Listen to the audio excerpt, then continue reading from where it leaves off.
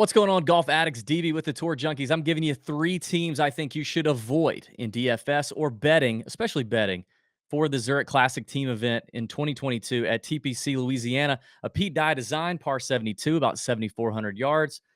Listen, before I get into this, I'm gonna give you three teams I think you don't need to worry about betting. But before I get into this, Pat is also doing a video, and he's gonna give you 3 of his favorite bets. If one of these teams is on there, you need to give Pat all the hell in the world. Okay, give him grief in the comments. I want to see people going after. I want Pat to be made uncomfortable. Possibly consider filing a bully complaint on YouTube because of you people in the comments. Or if you think my stuff is whack, then I don't know why you're still here. But if you like it, give me a thumbs up, give me a like, a subscribe, and drop me this comment. I think the team event should be co-ed. You should be able to bring a female. Like what female would you pair up with? A female golfer, golf personality.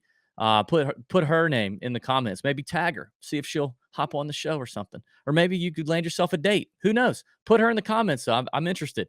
All right, 3 teams I think you should avoid. The first one I'm going to give you is Davis Riley and Will Zalatoris. Now, I, I like both of these guys. I like them both. But at 35-1 on most sports books, this is a 80 teams, top 33 and ties make the cut.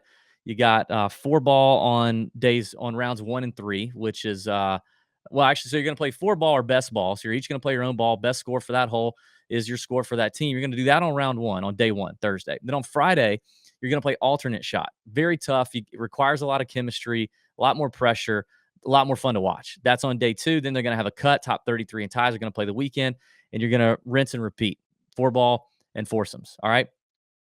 I want both of these guys on this team to be sticks. Okay. I want them both to have a lot of potential, or I just want a really attractive number. And honestly, Davis Riley's not that attractive to me. Okay. I know he just lost in a playoff to Sam Burns. He was this close at the Valspar to winning his first PGA Tour event. But other than that, that's really been the only event where he's really popped off. He played great that week, despite losing almost 3 shots on his approach. He gained 7 strokes with the putter. He followed that up with losing 6 strokes with the putter at the Valero. And then he followed that up with the miscut at the Heritage, where he lost 7.5 strokes in just 2 rounds on his way to trunk slamming in Hilton Head.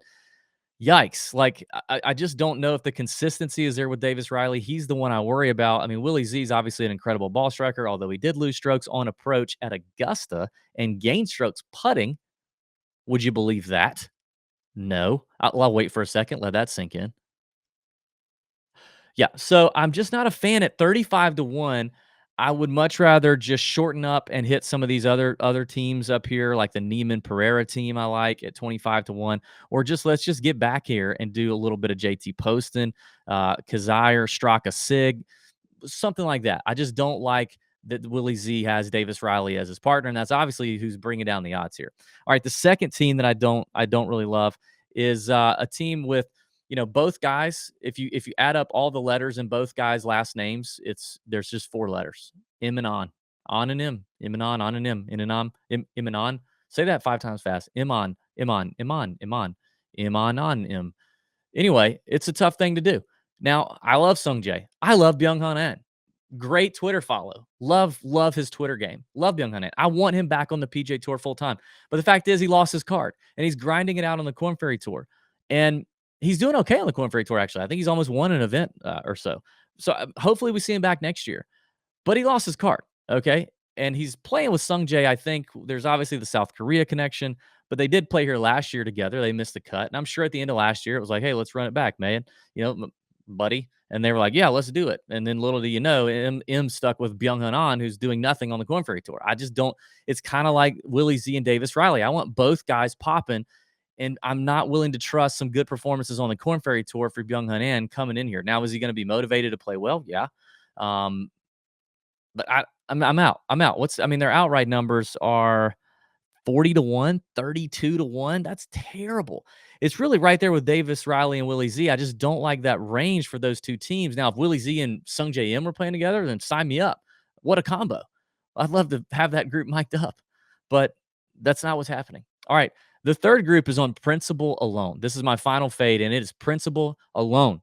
And I don't care. But before I get out of here with this, hit the thumbs up button, subscribe to the channel, drop a comment in here. what female golfer, golf personality you bring in with you if you can play the Zurich Classic. All right. What do you think?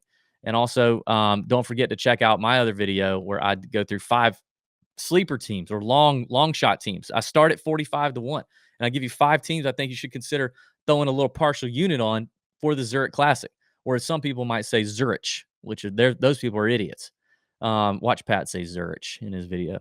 Anyway, comment and do this and get on Pat in his video and tell him why he's wrong on why he should play the guys he's playing. And hopefully one of the guys he's playing, one of the teams he's playing is one of these that I'm saying no.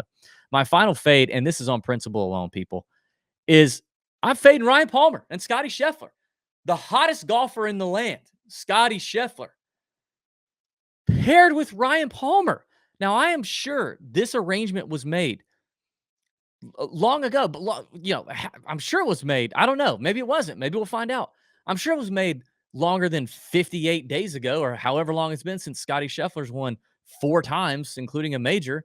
I'm sure it was made before that. Scotty Scheffler is the hottest girl in the room right now.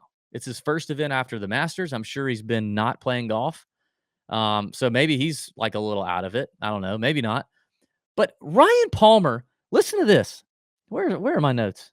Ryan Palmer has played this event with Jordan Spieth. Where the heck is my Ryan Palmer note? He's played it with Jordan Spieth, and he's played it with Jon Rahm twice. And now he's playing with Scotty Scheffler. Like, what naked pictures does Ryan Palmer have of some of the hottest players in the world at just the right time every year? I want to say the first year he played with Jon Rahm, he was like a fringe card-carrying member. And I like Ryan Palmer. I play him a lot in DFS. He's a good player. But it is amazing to me that this guy continues to just absolutely slay the hottest chick in the room every year come prom time for the Zurich. There's Sadie Hawkins. It's amazing that he's doing this.